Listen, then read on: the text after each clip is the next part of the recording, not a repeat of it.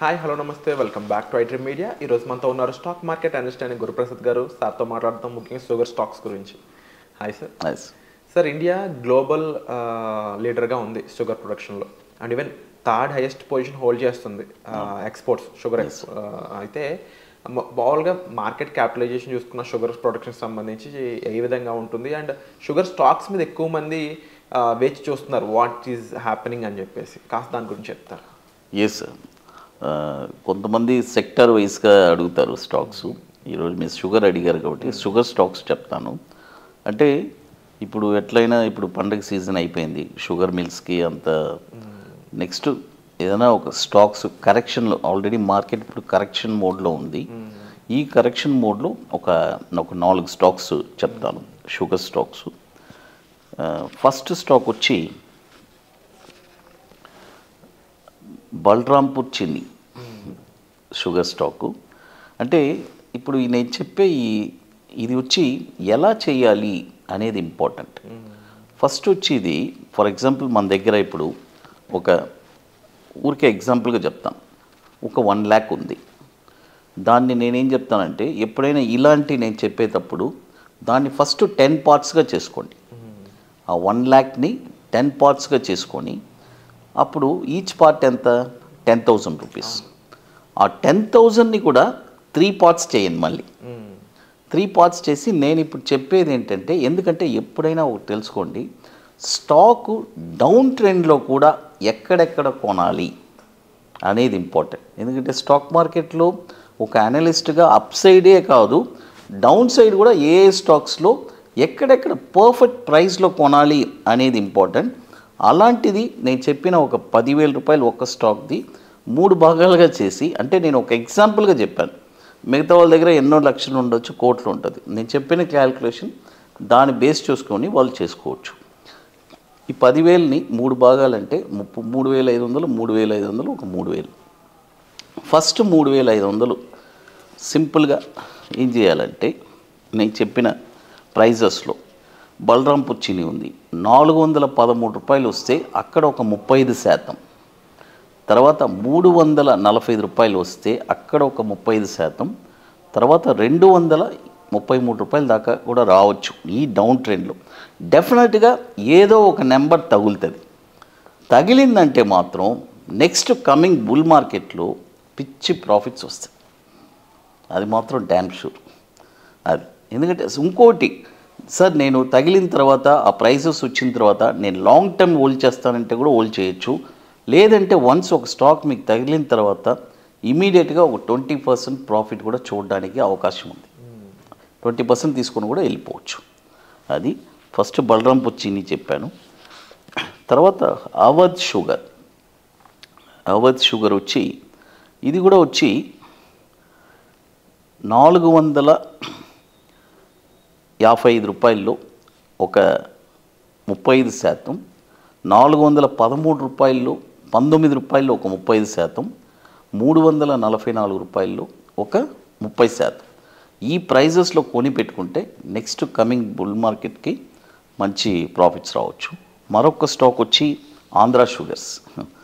Andhra sugars వచ్చి 81 రూపాయలు ఒక 35%, 62 రూపాయల్లో ఒక 30%, 31 రూపాయలు ఒక 30%. అది తర్వాత మరొక స్టాక్ వచ్చి మగధ్ షుగర్. ఈ స్టాక్ వచ్చి 476 రూపీస్లో ఒక 35%, 360లో ఒక 35%, 176లో ఒక 30%. అది 4 స్టాక్స్ చెప్పున్నాను. ఒక స్టాక్ కూడా మరొక స్టాక్ వచ్చి దాంపూర్ షుగర్. ఇది కూడా షుగర్ స్టాకే. ఈ స్టాక్ ఎట్లా అంటే 50% చేసుకోండి. 108లో ఒక 50%, 55 రూపాయల్లో ఒక 50%. ఈ ప్రైజెస్లో ఇప్పుడు ఈ షుగర్ స్టాక్స్ ఈ నెక్స్ట్ కమింగ్ బుల్ మార్కెట్కి ఈ ప్రైజెస్ అన్నీ ఇప్పుడు తగిలిందంటే కొని పెట్టుకుంటే సో వెరీ వండర్ఫుల్ రిటర్న్స్ రావడానికి అవకాశం. ఎందుకంటే చాలామంది డౌన్లో ఎక్కడ ఏ ప్రైస్లో కొనాలని తికమక పడుతూ ఉంటారు. వాళ్ళకి ప్రైజెస్ వచ్చి చాలా యూస్ఫుల్గా ఉంటుంది.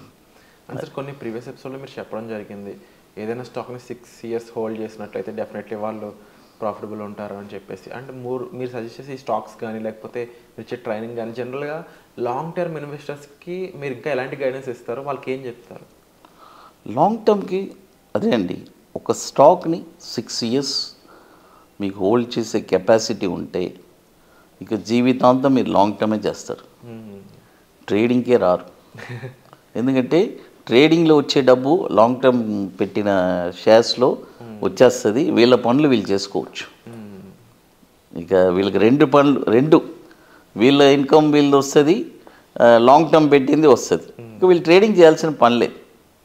బట్ ఒక ప్యాషన్గా తీసుకొని నాకు వేరే ఏం లేదు, ఎప్పుడు నేను ఒకటే చెప్తాను సార్, స్టాక్ మార్కెట్ వచ్చి ఒక ప్యాసివ్ ఇన్కమ్గానే చూడండి లైఫ్లో.